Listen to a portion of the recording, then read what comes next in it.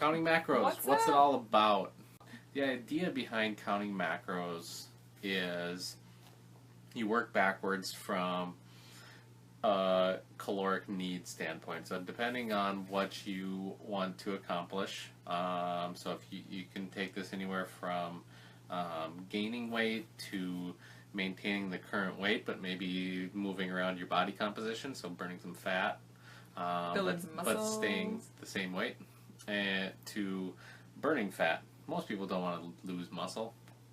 I don't think too many people want to lose muscle. So that's probably not an option. But so those would kind of be the three categories, and depending on that, you figure out your calorie needs, and depending on your body type and what type of how you burn calories and all that stuff will go into in this free group.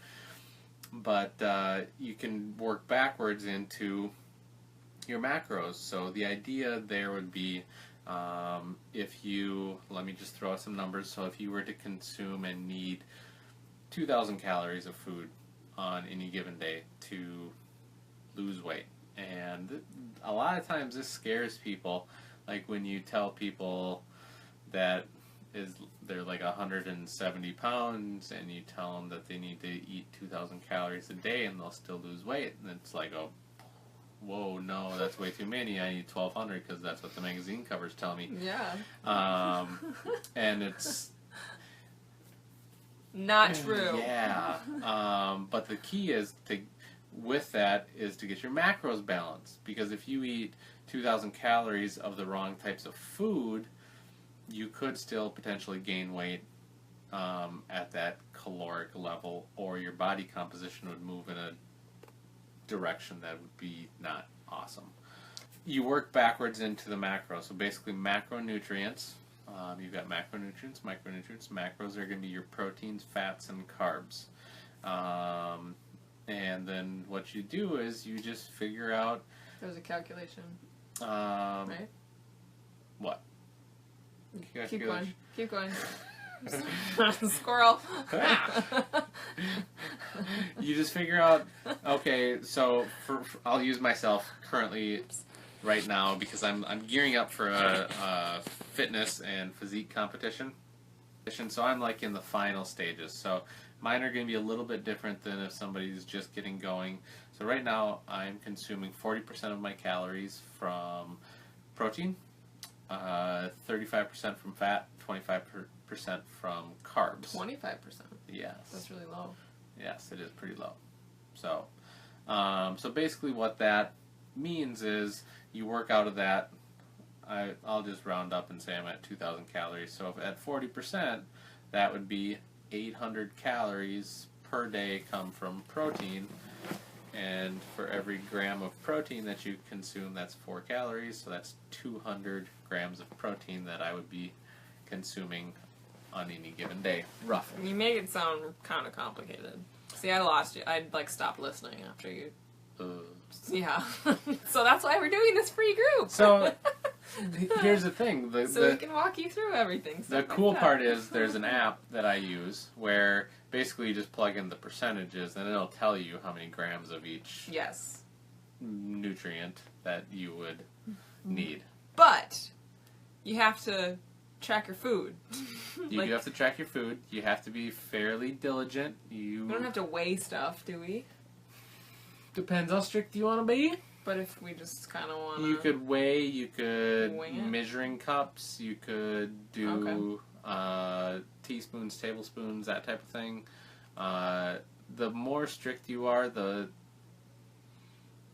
easier it will be to know where you're at and to see if this is advantageous for you. Okay. So, that's kind of like counting. So basically what you would do on any given day, for me, I use a food scale because we have it, and it's pretty easy. Like, I pour my egg whites into a bowl, and I weigh out how many egg whites I eat every single day. I don't weigh out the egg that I crack.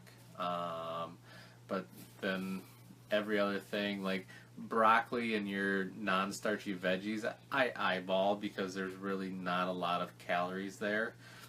and the macronutrients really aren't going to throw things off. So like, I'll round up to like a cup of broccoli, or I'm not going to get like super.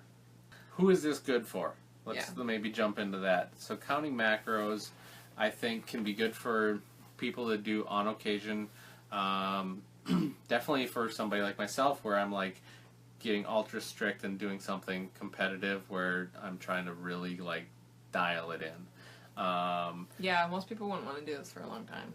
No, there's definitely people that do it for a long time, but they're just kind of nut jobs. Just kidding. That's not very nice. It takes a special kind of person to do it all the time.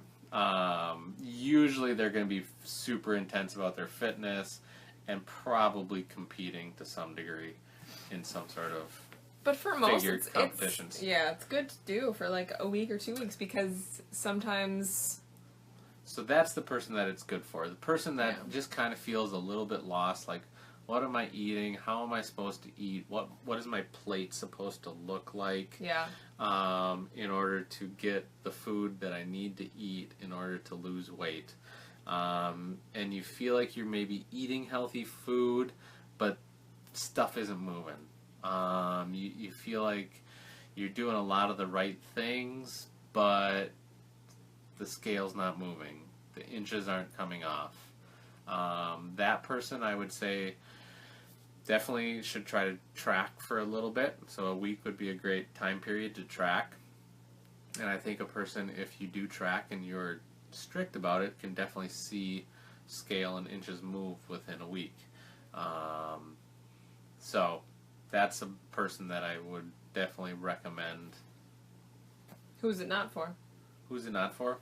No one, really. Someone that doesn't want to put in the time.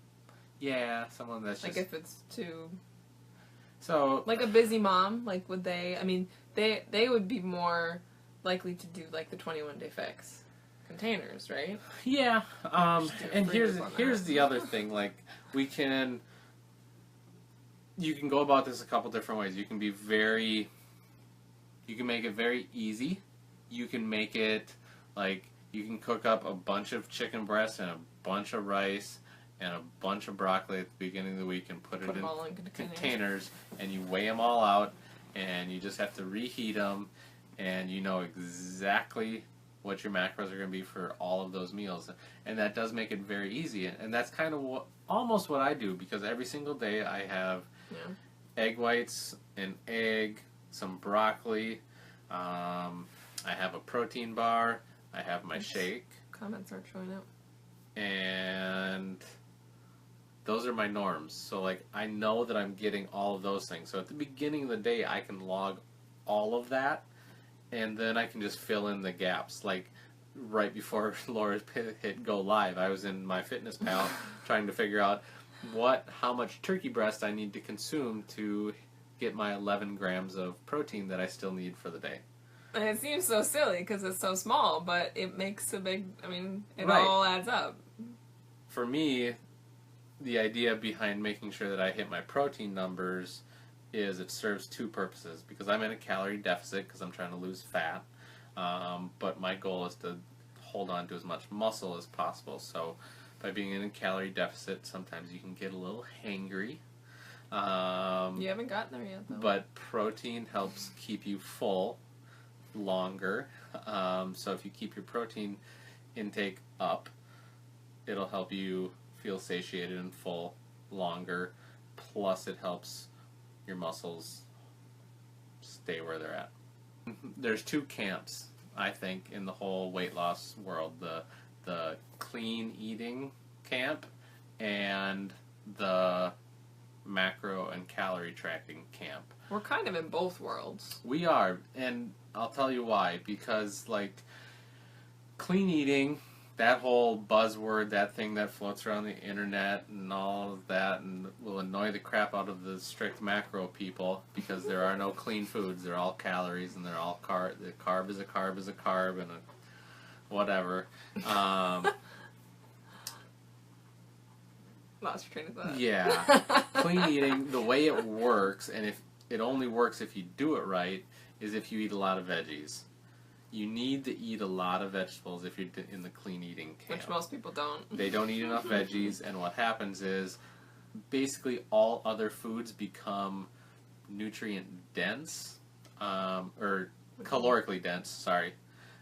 So therefore, if you're eating a lot of cheese, pasta, even if it's whole grain, if you're eating brown rice, if you're eating quinoa, if you're eating avocado, if you're eating nuts, they tend to eat more of those? Is that what you're getting at? yeah, what will happen is the reason the veggie approach works is because your body naturally kind of shuts down for the average person around eating 4 to 5 pounds of food on any given day. So if you were to spread out a pound of broccoli throughout the day, that'd be 1/4 of your food intake, and it would only be like 200 calories. Crazy. So who eats broccoli just plain though? Like we always put coconut oil on it. right. So I'm just saying, like, that's how the clean eating approach works, is because you fill yourself up on very calorically poor foods, so you don't have enough room to eat a lot of calories. But high in nutrients. And therefore you're going to lose weight. The reason the macro plan works and the calorie tracking works is because it's strict. You're like, here's the calories I need on any given day, here are the macros I need, and you're gonna hit those numbers, and if you hit those numbers, barring any health issues, hormonal issues, you will lose weight. If you do it long enough, right?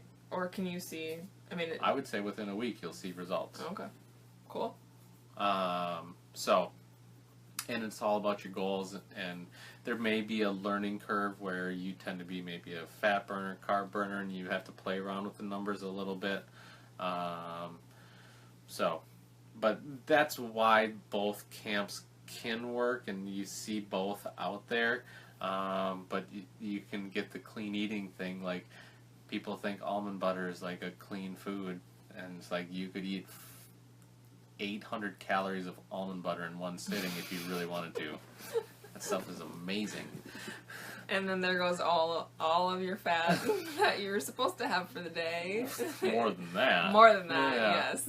Way more than that. So that's where, like, if you don't do the clean eating thing right, you can still gain weight, not lose weight.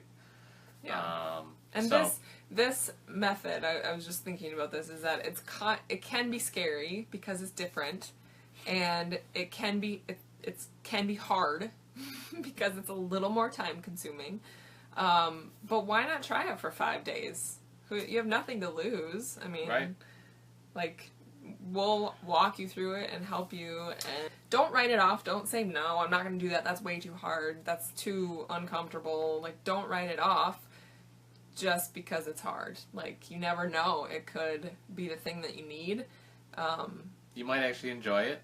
You might find, like, a peace in knowing, like, I can eat this and I can't eat that. And sometimes boundaries like that are a good thing. Yeah. So. Yeah, it's been interesting to watch Dan, like, just track things, and then, like, say that we were going out for a treat meal, or he wanted to have a glass of cider, like, he would plan that. It's food Tetris, it totally is. He would have that already in his mind, so you're planning. Like, that is the number one thing that we tell people in our regular accountability groups, that you have to plan ahead for, like, the treats in your life and the events in your life, because you can't be expected to just not enjoy yourself ever again. Right. You have to allow those things into your life, but it takes planning. So yeah, and this is the one, like, it'll teach you balance. It'll teach you what that plate of food should look like and how you should progress through your day. If you went carb heavy in the morning and had that bowl of oatmeal, that maybe you can't have the sandwich for lunch and the pasta for dinner, that you need to cut one of those out and just throw the pasta on zucchini noodles, or cauliflower rice instead of regular rice, or whatever the thing is. If you went hog wild on bacon in the morning, maybe you don't put the avocado and cheese on your salad at lunch. Yeah. Those little things are going to be the things that kind of you're going to catch yourself and you're going to go, yep, that's where, like, if you were doing the clean eating route, you'd be like, oh, I can add the avocado, I can add the walnuts and the... Yeah, I find myself doing that. And the I goat can have that. and the goat cheese, because that's awesome. Those are good things for you, and you'd go, and things can get out of whack. So yeah, that's true. there you go. If you have questions, let us know.